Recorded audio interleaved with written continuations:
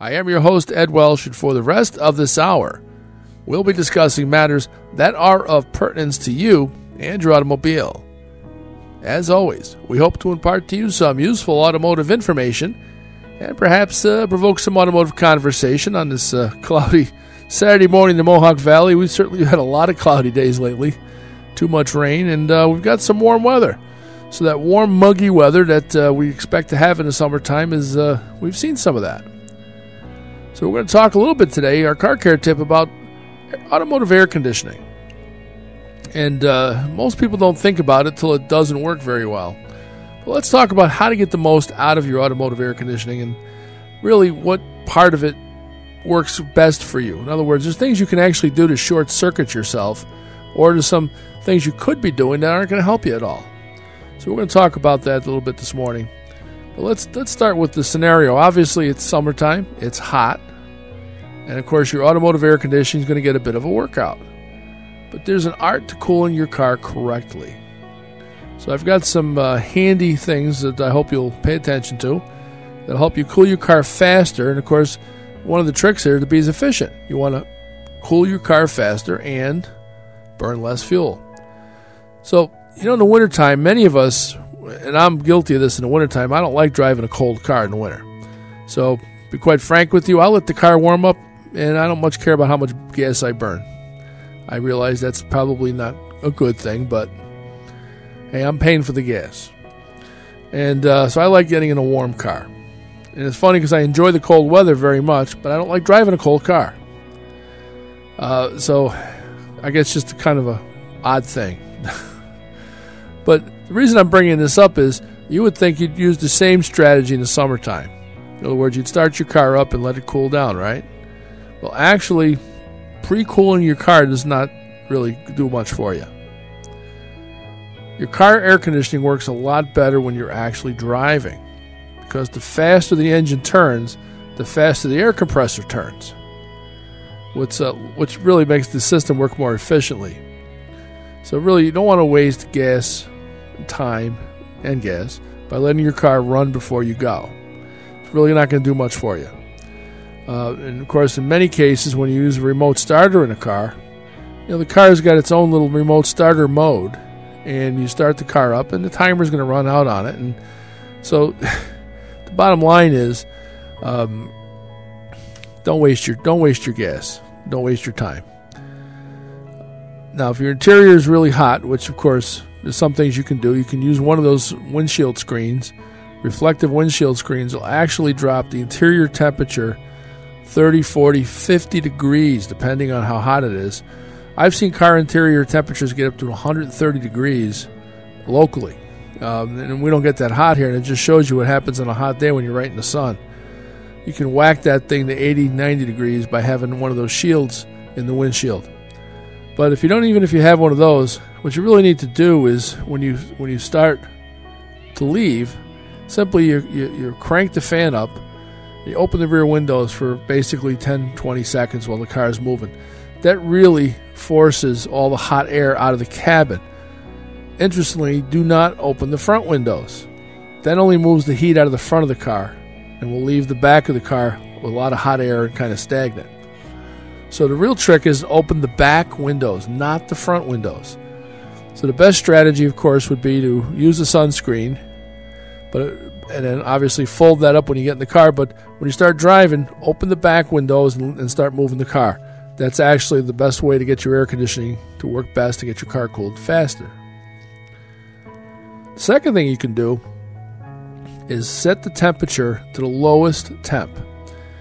So what a lot of people do, they'll put the air conditioning on, and they'll turn the temperature maybe not to max air. They'll just put it on.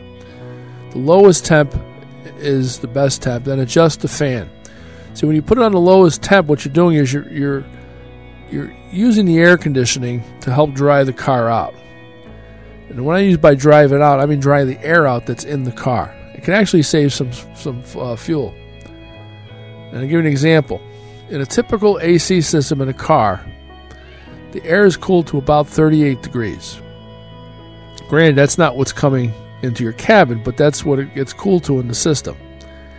If you set the temp higher, you're actually forcing the system to reheat your air a little bit, which takes more effort and more fuel. So the best thing to do is put it on max cold, and then basically turn the fan up. And then as the car cools down, just adjust the fan, but leave the temp on cold. That's actually the most efficient way to run the air conditioning system. And what's interesting is I don't think a lot of people recognize that. So far we got what? Use the shield, right? When you drive, lower the back windows, let the hot air out of the car, and of course run the air conditioning on its coldest setting, and turn the fan all the way up. Now, one other thing you can do with your car is many cars have a recirculation mode. The recirculation mode is not the best mode for the passengers in the car. So, for example, if you have the passenger, someone sitting in the back seat, turn off the recirculation mode. What recirculation mode does is it takes the air from the front of the cabin and pulls it back through the system. So even though everybody up front stays nice and cool, the air in the back of the car gets kind of stale and hot. So again, if you got passengers and you want to cool the whole cabin down, don't use the recirculation mode. Again, the best bet is lower those rear windows for 10-20 seconds, close them up, put it on max cool, let it do its job. Now, some cars, and I'm not sure I like this yet, but a lot of new cars have this auto stop technology. If you could turn it off, turn it off. It is really not good for the car air conditioning system. The feature saves fuel, but it can also keep the car air conditioning compressor from running when it shuts off. So all of a sudden, you're running through the city streets, let's say, and you get to the stop sign, and certainly the auto stop is going to stop the engine, and then you put your foot back on the gas, and it's going to start the engine back up. Well, your air conditioning is not running unless the engine's running. So what happens is, again, in hot weather, you'll notice a lack of cool air pretty quickly, especially if you're at a lengthy stoplight or you're in stop-and-go traffic that's barely moving. The start-stop technology is going to be pretty much every place in all cars in a couple of years. I'm hoping they find other ways to get the efficiency they need. I'm not a big fan of start-stop, only because I just don't like it. It works, but I just don't like it. And I guess we all have to get used to some certain technologies we don't like, but the auto stop does save gas.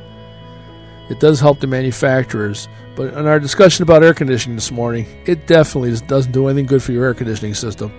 It doesn't hurt it, but it does not allow it to do its job, because it can only work if its car is running. The fifth thing we want to talk about is something that you probably think very little about, and that's your cabin air filter. How many of you remember that you have an air filter for inside your car?